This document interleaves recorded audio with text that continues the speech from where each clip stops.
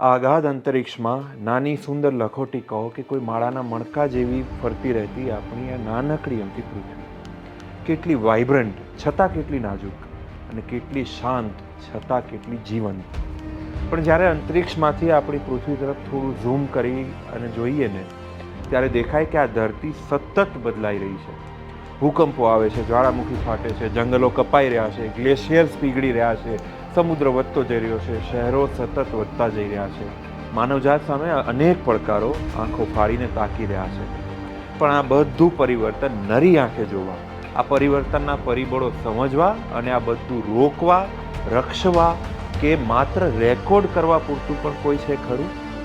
હા છે ને, નિસાર.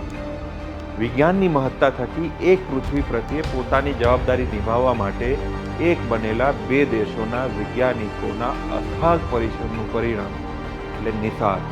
નાસા અને ઇસરોનું joint mission, NASA ISRO synthetic aperture radar.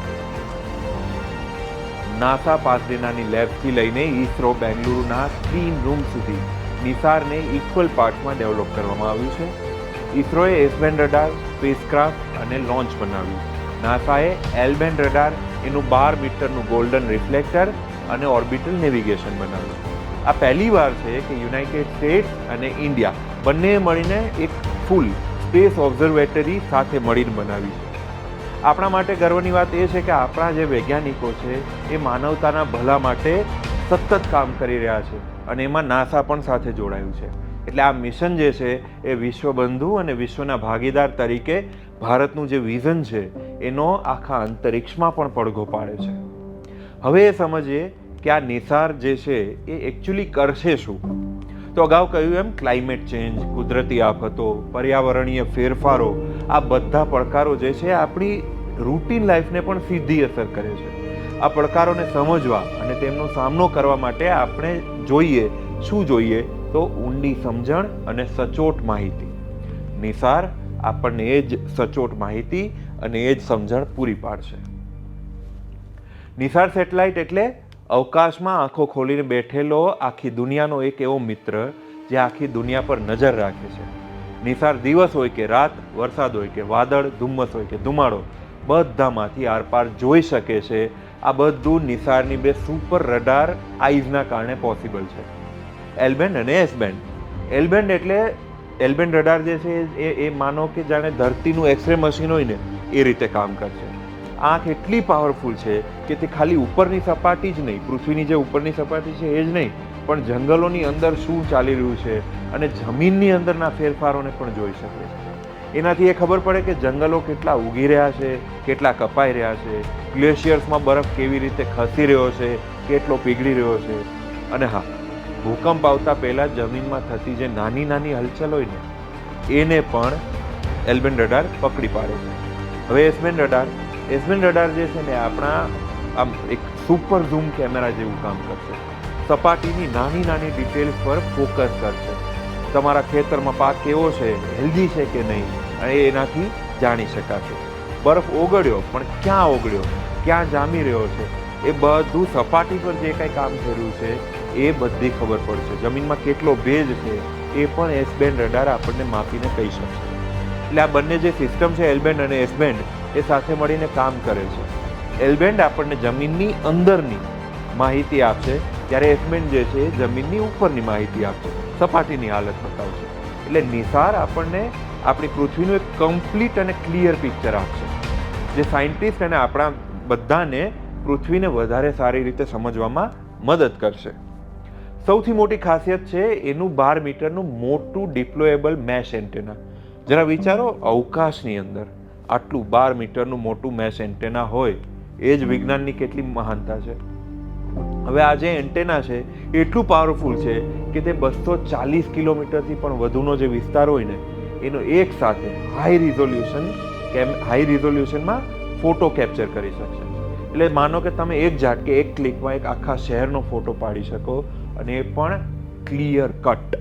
બીજી મસ્ત વસ્તુ છે આનું સ્વીપસાર આર્કિટેક્ચર. આ ટેકનોલોજી પહેલી વાર અવકાશમાં વાપરવામાં આવી રહી છે નિસાર દ્વારા. આનાથી શું થાય કે તમે મોટા વિસ્તારોને કવર તો કરો છો, પણ ઇમેજની ક્વોલિટી જે છે જ્યારે તમે ઝૂમ ઇન કરો તો ઘણી વખત બગડી જતી હોય. આ જે ટેકનોલોજી છે એ ઝૂમ ઇન કરવા છતાં એકદમ ક્લિયર ડિટેલ્સ આપશે. હવે નિસાર છે એ બીજું કામ એ કરશે કે દર 12 દિવસે પૃથ્વીની એક આખું ફરતું ચક્કર મારી લે છે. એટલે પૃથ્વીની લગભગ બધી જમીન અને બરફવાળો જે વિસ્તાર છે, દરિયો છે, એ બધા પર એ 12 દિવસની અંદર એક ચક્કર મારી લે. એટલે 12 દિવસમાં સ્ટાર્ટિંગ પોઈન્ટથી ફરી ત્યાં પહોંચે સ્ટાર્ટિંગ પોઈન્ટ પર, ત્યાં સુધીમાં શું પરિવર્તન આવ્યા, ત્યાં શું ફેરફારો થયા, એ બધું એકદમ સચોટ જાણવા મળે. કેમ કે 12 દિવસ એ આમ જોઈએ તો બહુ નાનો ટાઈમ કહેવાય. એ નાનકડા અમથા ટાઈમમાં પણ જે ફેરફારો દેખાય છે એ આ નિસાર આપણને કહે છે. અને રોજે રોજ લગભગ 80 ટેરાબાઇટ્સનો ડેટા આ નિસાર છે એ જનરેટ કરશે. એટલે આટલો ડેટા જે છે ને એ આમ તો પહેલી વાર એ કહીએ કે જૂના કોઈ સેટેલાઇટે એકસાથે આટલો ડેટા એક દિવસની અંદર જનરેટ કર્યો એવું પોસિબલ નથી. અને ડેટા એટલે માહિતી. આપણા સુધી આટલી બધી માહિતી રોજે રોજ પહોંચશે, અને એ ડિરેક્ટલી સ્પેસમાંથી. એટલે એકદમ સિમ્પલ ભાષામાં કહીએ ને તો નિસાર છે એ પૃથ્વીનું હેલ્થ મોનિટર છે, જે બરફના પહાડો અને બરફની ચાદરો પર નજર રાખશે, જેથી ગ્લેશિયર પીગળવાથી દરિયાની સપાટી કેટલી વધી શકે એ સમજી શકે. બીજું, નિસાર છે અવકાશમાં બેઠેલો સુપર પાવર્ડ સિસ્મોગ્રાફ પણ છે. એટલે જમીનની નાની નાની હિલચાલ શોધીને ભૂકંપ, ભૂસ્ખલન કે જ્વાળામુખી ફાટવાના શરૂઆતના સંકેતો આપણને રિયલ ટાઈમમાં અથવા પહેલાં મળી જશે. ખેડૂતો માટે નિસાર છે સુપર પાવર્ડ એગ્રીકલ્ચર એડવાઇઝર બનશે, જે જમીનમાં ભેજનું સ્તર માપશે, પાકની માહિતી બધી આપશે, પાકને કેટલું પાણી જોઈએ છે એ ખબર પાડશે. અને નિસાર જોશે કે જંગલો કેટલો કાર્બન જમા કરી રહ્યા છે અને તેમનો વિસ્તાર કેટલો વધી રહ્યો છે અથવા ઘટી રહ્યો છે. અત્યારની સ્થિતિ તો એ છે કે જંગલનો વિસ્તાર ઘટી રહ્યો છે. તો આ બધું એ કહેશે. જો કોઈ ઝાડ કાપે ને કે જંગલોને નુકસાન કરે તો નિસારને તરત ખબર પડી જશે. આનો અર્થ એ થયો કે નિસાર માત્ર એક સેટેલાઇટ નથી. નિસારના લોન્ચના દિવસે જ એટલે 30 જુલાઈએ જ રશિયામાં જે ભૂકંપ આવ્યો ભયાનક, એવા ભયંકર ભૂકંપ, અને જાપાનમાં જે સુનામી આવી, એવા વિકરાળ, ભયાનક અને વિનાશકારક કુદરતી પ્રકોપ જે છે એની સામે માનવજાતને બચાવવા માટે સ્પેસમાં બેઠેલું આપણું એકમાત્ર શસ્ત્ર ગણો તો શસ્ત્ર અને વિજ્ઞાનનું શાસ્ત્ર ગણો તો શાસ્ત્ર, એ આ નિસાર છે. નિસાર આપણને અને અમેરિકાને એક તો બનાવે છે, સાથે આખી દુનિયાને એક સમજીને આખી દુનિયાના રક્ષણ માટે કામ કરે છે.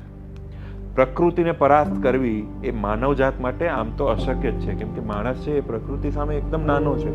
પરંતુ આગામી સમયમાં આ નિસાર છે એ સાબિત કરશે કે પ્રકૃતિના પ્રકોપથી આખી માનવજાતને બચાવવા માટે જો કોઈ ખરેખર સાધન આપણી પાસે છે તો એકમાત્ર વિજ્ઞાન જ છે. વિજ્ઞાન જ એકમાત્ર રસ્તો છે. Thank you.